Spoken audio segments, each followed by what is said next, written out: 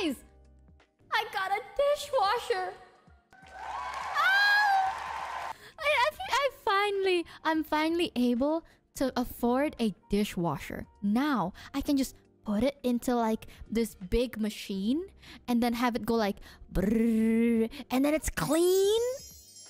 But dude, it's not common here. We use a sponge. I have said this. I do have some like bougie ass friends, and this, I'm gonna say this just to give you like the mind-blowing idea that is people in Indo that are bougie. They don't have a dishwasher. They have a maid.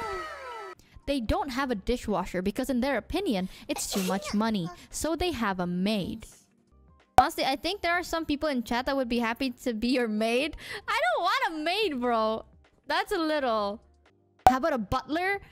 Honestly, I want a maid, I want a butler. But I feel like once I do get one, I will treat them like family.